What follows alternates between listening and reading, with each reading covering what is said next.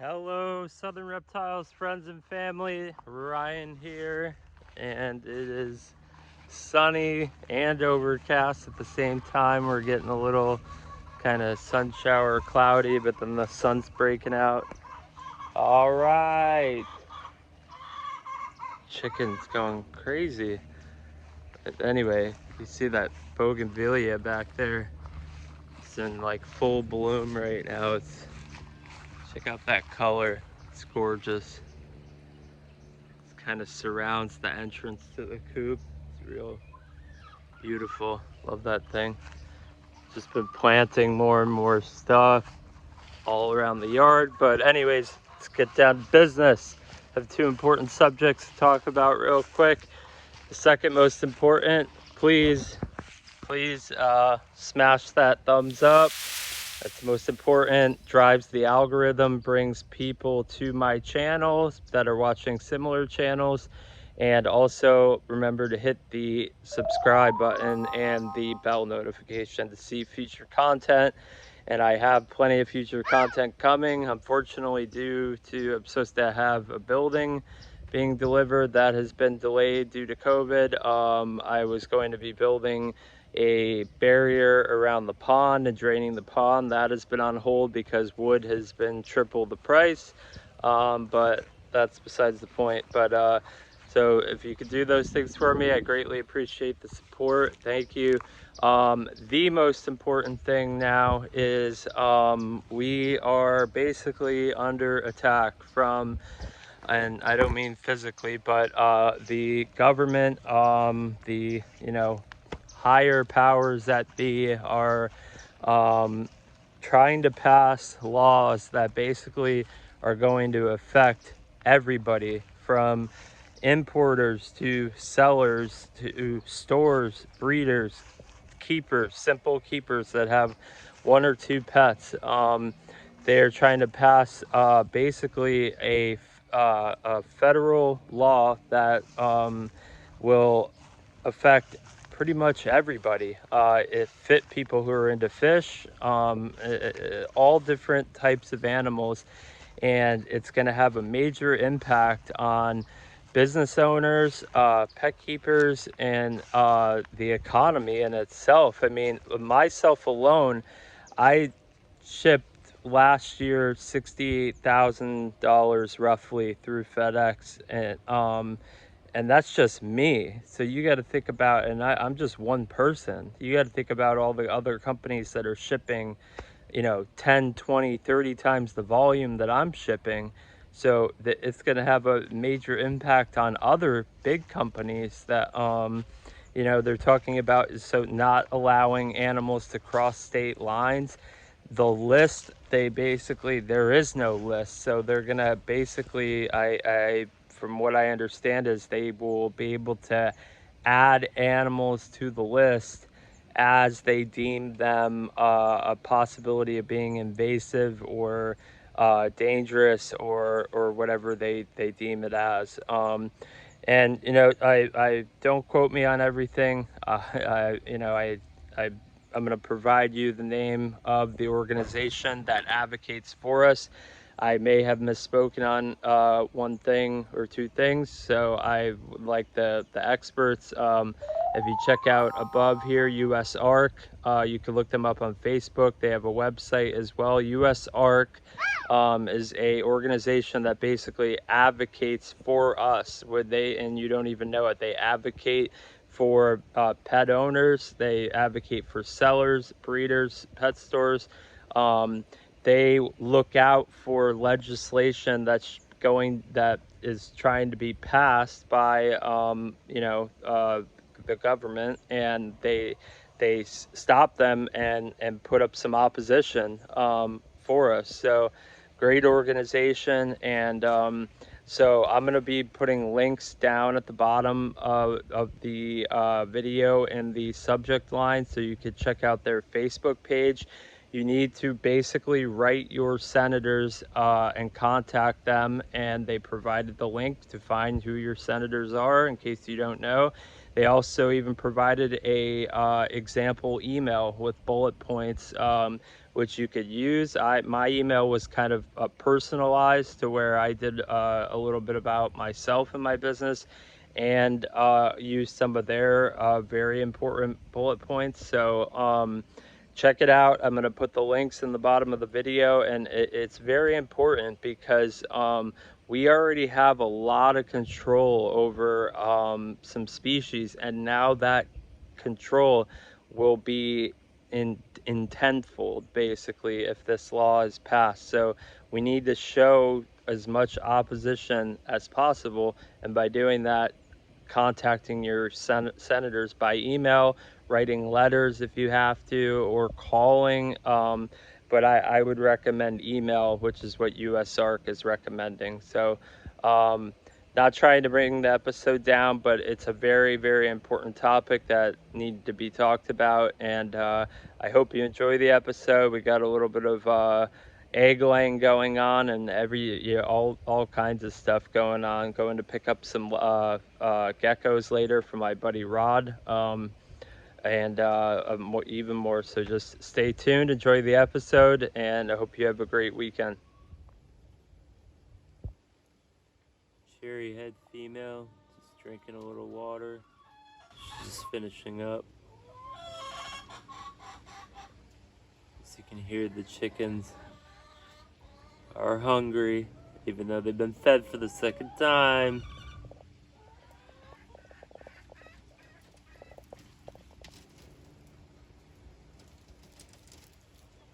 I got this female from a good friend of mine, and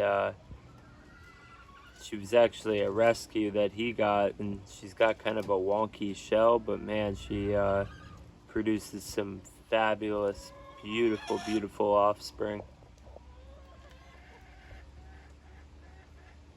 with beautiful red heads, yellow eyes, and great marbling.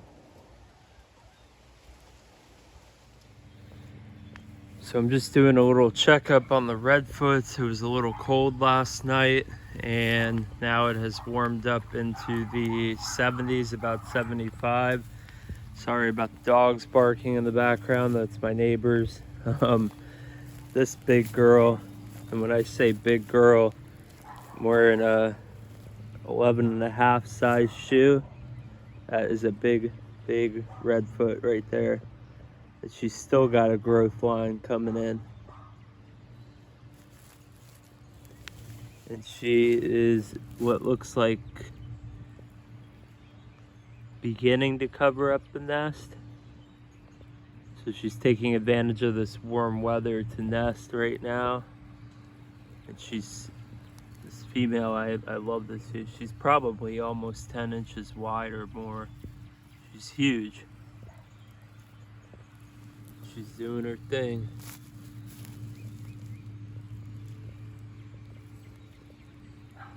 So we should have some more redfoot eggs coming. This is the time of the year, mostly redfoot cherry head eggs. So we'll see what she gets. Alright, so I'm over here with Freddy, the Lewisite hybrid iguana that came from the late and great Fred Grunwald, and she's getting more used to me.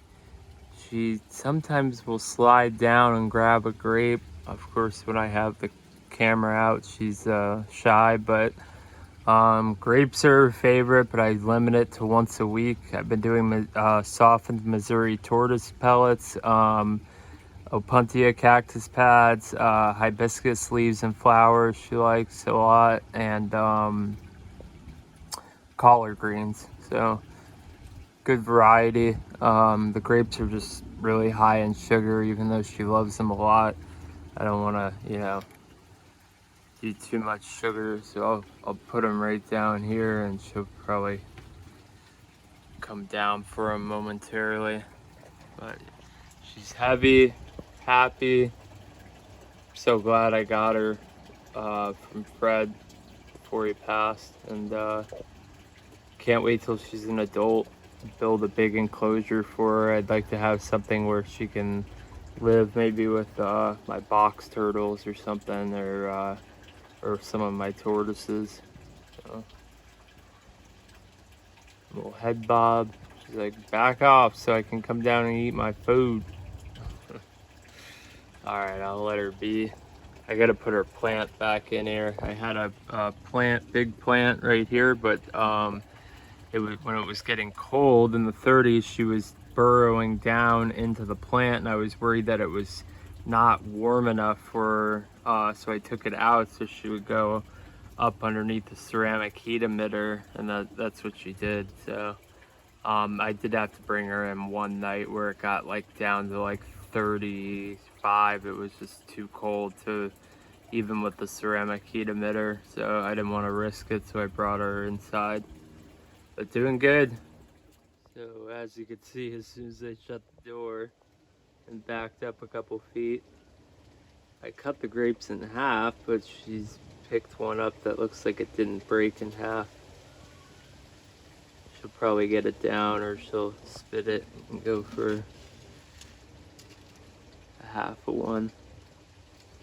She'll chew them up pretty good too before she swallows them. There you go. She's getting it nice and soft.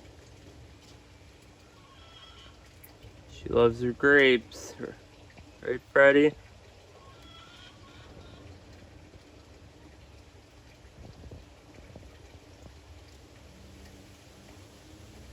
Good girl, coming down. So I just kind of try to stick around while she's eating to just show her that I'm not gonna harm her.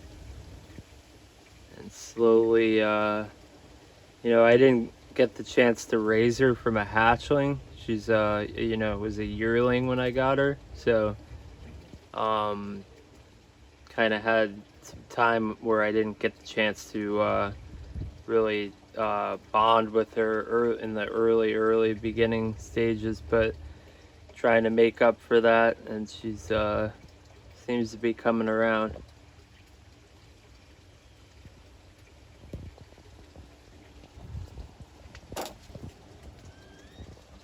You need another one?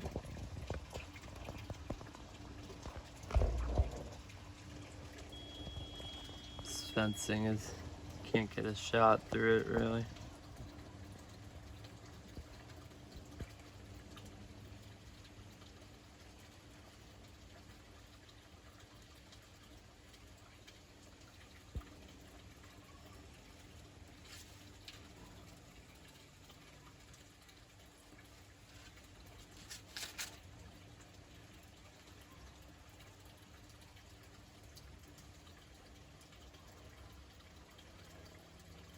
Did you get that one down, or what happened?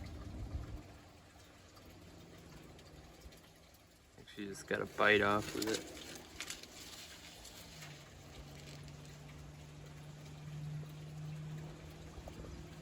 Alright, I'll back up. Just going back upstairs. So I'm out here checking up on the hypos, seeing some of them. I'm like, nothing's really going on. I look over here by my mango tree, and this girl is digging a nest. At first I thought she was just hanging out. They usually kind of just take cover underneath these big balls of grass, but and I saw her swaying back and forth, and she is digging a nest.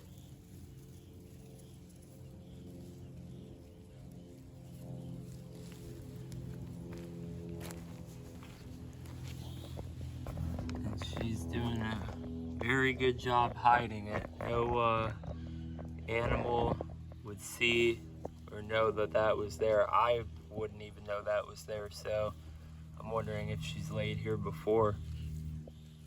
Could be possible. This is an older hypo.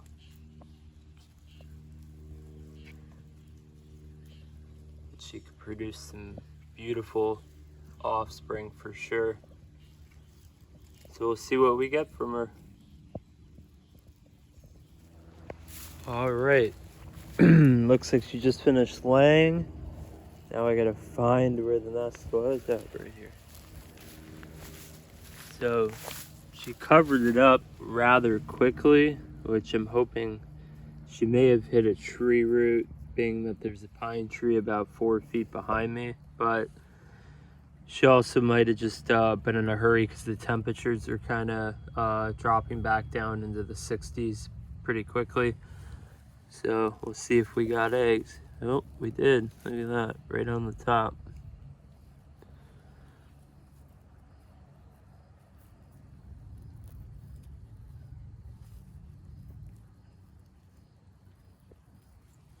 Nice little small one there. And that female, she's walking away. She came from my buddy Randall Curtis. He sent them down here, a few females and males, basically for a retirement to live out their life in Florida in some warmer weather. I forget exactly where he's from. I believe it's Missouri, I think, or he'll probably correct me if he watches this, but I believe he's in Missouri, but I could be wrong. Or Arkansas, one of the two. But yeah, so he sent down the adults, and the females have been laying. This girl just laid a very nice size clutch. It looks like they're smaller eggs, but smaller eggs still hatch. You just get smaller babies, which is, you know, perfectly fine. So that's 5 right there.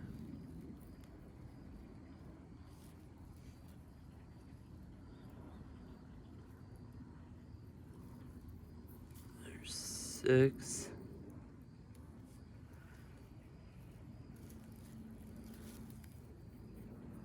Big clutch. 7.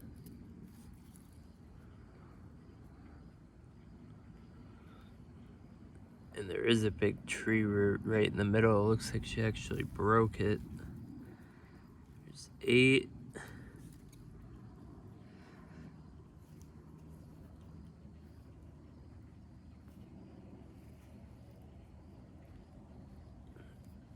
Man, we're getting up there.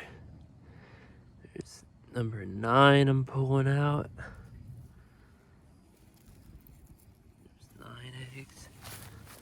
Let's see.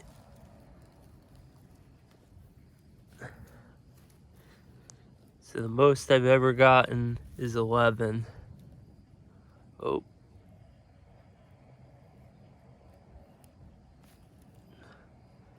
So we're getting pretty close to that record right now. Here's 10.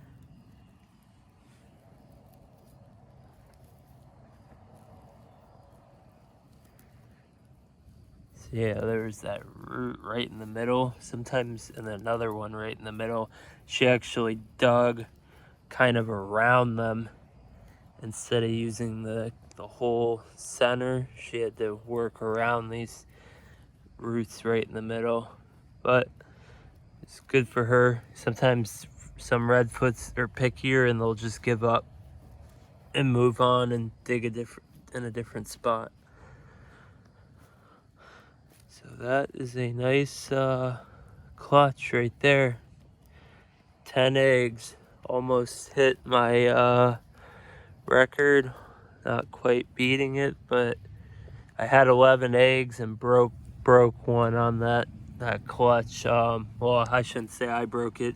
It was cracked when I dug it up a couple months ago, and then it just cracked some more once I moved it. So it wasn't like I dropped it or anything like that, but man, great clutch. 10 eggs, 1, 2, 3, 4, 5, 6, 7, 8, 9, 10. Yeah. So perfect. Thank you, Mother Nature, Tortoise Nature. Appreciate you. Gonna get these washed up and get them in the incubator. Okay, folks, what you are looking at is a captive-born marginated tortoise. Marginated tortoises they are common, but not as common as, say, the Hermans or the Russian tortoise. They're very cool. I love the species.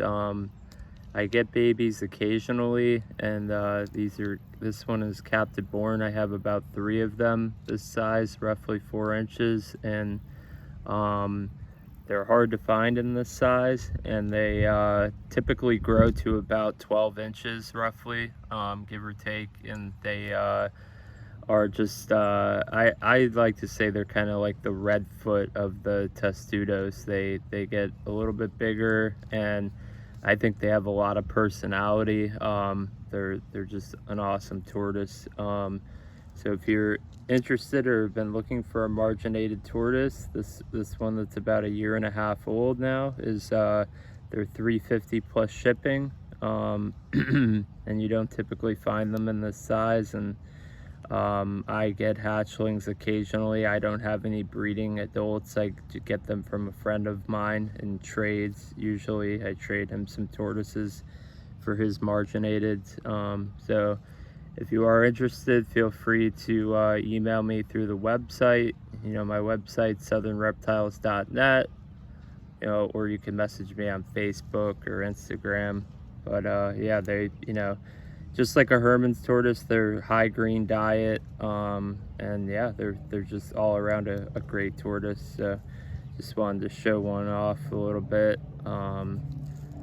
And as you can see, it's not all clammed up, very friendly, will eat out of your hand. It's an awesome species. So I'm getting in my car right now to head over to my buddy Rod's house. He's Rod's Feathered Friends is his Facebook page. He's a good friend of mine, and he breeds everything, all kinds of birds. Basically, I'm not a huge bird guy, but I know he does all kinds of exotic macaws and lovebirds and all different types of parrots, and oh, it's beautiful. He's got a nice sized property. I've been over there a few times, and he's kind of been on he's been somewhat of a business partner of mine in a couple ways, and he had some crested geckos that he basically just hasn't had time for because he's expanding his bird business, and I'm going to pick them up right now. He's got 5 adults, two males, I'm sorry, 3 males and 2 females, and 6 juveniles, and I think 4 babies and 6 eggs. So a nice little crested gecko colony. I'm trying to decide if I'm gonna part with some of them and keep some, or keep them all. Probably part with some and get more. That way I can get some, you know, genetic diversity. But yeah, so heading over there now, and I'll show you guys once I get them. Just found this beautiful corn snake wandering around in some of the bins I had in the side of my house. It actually looked like he or she was soaking in the water, and I'm gonna go ahead and release him or her over by where I often get rats that come in from my neighbor's property, where he's got a bunch of junk piled up. So I'm gonna release it right through the fence here. There you go. Look at that banding. Beautiful color. Isn't that awesome? Yeah, so there's been some small rats that one could definitely eat, or find a rat nest and feed on some smaller babies. So I find them close to the house, and I let them go near where the rats are. All right, so let's see if our female here is done laying. Oh, she's still at it. She's working hard on that nest. Digging it deep. Look at that shell, beautiful shell. I know I said that earlier, but this gorgeous blonde shell. She's still digging. Not sure if maybe she's hitting a tree root, trying to see if I see any eggs. Oh, yep, I do see one egg. You can see the white behind her leg. So I picked up the Crested gecko group. I got 3 male adults, 2 female adults, 6 juveniles, and 2 hatchlings. They're beautiful. This is an adult female right here. I love the color. Beautiful color. Look at those eyes. Gorgeous.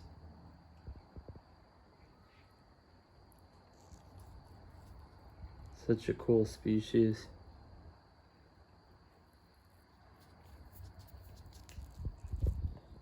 I'm gonna try and let it climb on me. Alright, so Mama is done laying. This is where she was digging right here. You can kind of see the sway marks back and forth from her legs and her nails covering up the nest. Let's see what we got. Hypo eggs. She packed it in tight.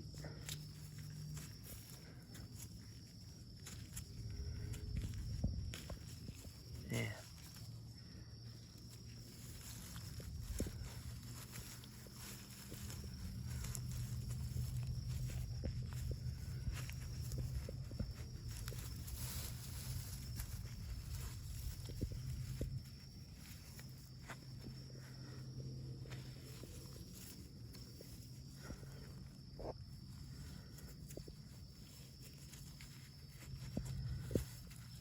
Alright, I got it. She kind of laid it in a... Usually they lay on the opposite side of the enclosure. This is the more muddy side. There's one. And I know these were just laid, so it's okay to rotate them. As I've mentioned in previous episodes, you have about a 24-hour window.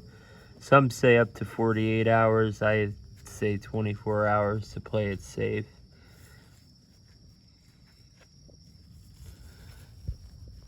Feel another one. Just packed them in deep and good. 2.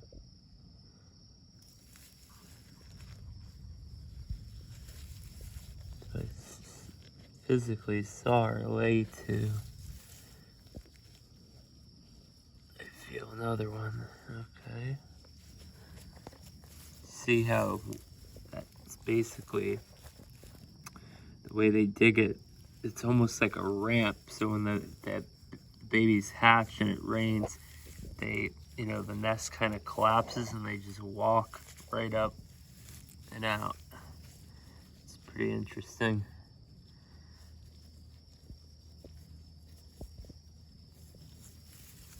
Alright, there's 3rd egg.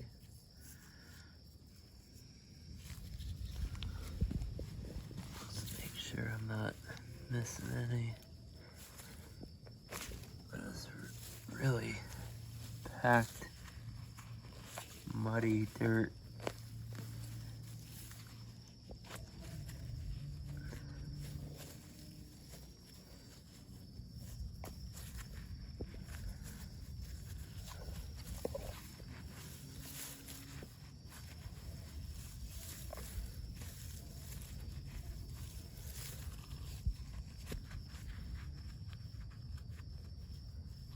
Alright, so that was it. 3 eggs, which is great by me. Gonna get these inside, get them washed up, and get them in the incubator. Okay, folks, that's it for this evening. What a great day. I'm exhausted. I was running around with my son this morning and then running around all afternoon. I had some redfoot sales, sold a few well-started hatchlings, and thank you to my customers who purchased. I greatly appreciate you guys supporting my company, and I also, went and picked up the crested geckos. That was exciting. Found that corn snake. And also, last but not least, digging up those tortoise eggs is always a blast, So If you enjoyed the episode as much as I did, please smash that thumbs up. That helps out with my algorithm to drive people to the channel. And also, please subscribe as well, and hit the bell notification. About 40% of my viewers are not subscribed, so if you guys could please subscribe to the channel, I would greatly appreciate it very much. Sorry, I'm twisting my beard. It's a bad habit. Anyway, thank you for watching, and just a quick reminder with US ARC, you know, this is going to affect everybody, and the best way for me to show you guys is to visit their page, which I'm going to put links below in the subject line, and you can read up more about the bill and contact your senators and tell them you are against this law and bill that they are trying to pass, because it is going to economically hurt a lot of us, and even businesses that don't sell reptiles are going to be hurt by it, you know. So please, you know, pay attention and make note of that, and just enjoy the rest of the evening. Thank you for watching the episode, and have a great night.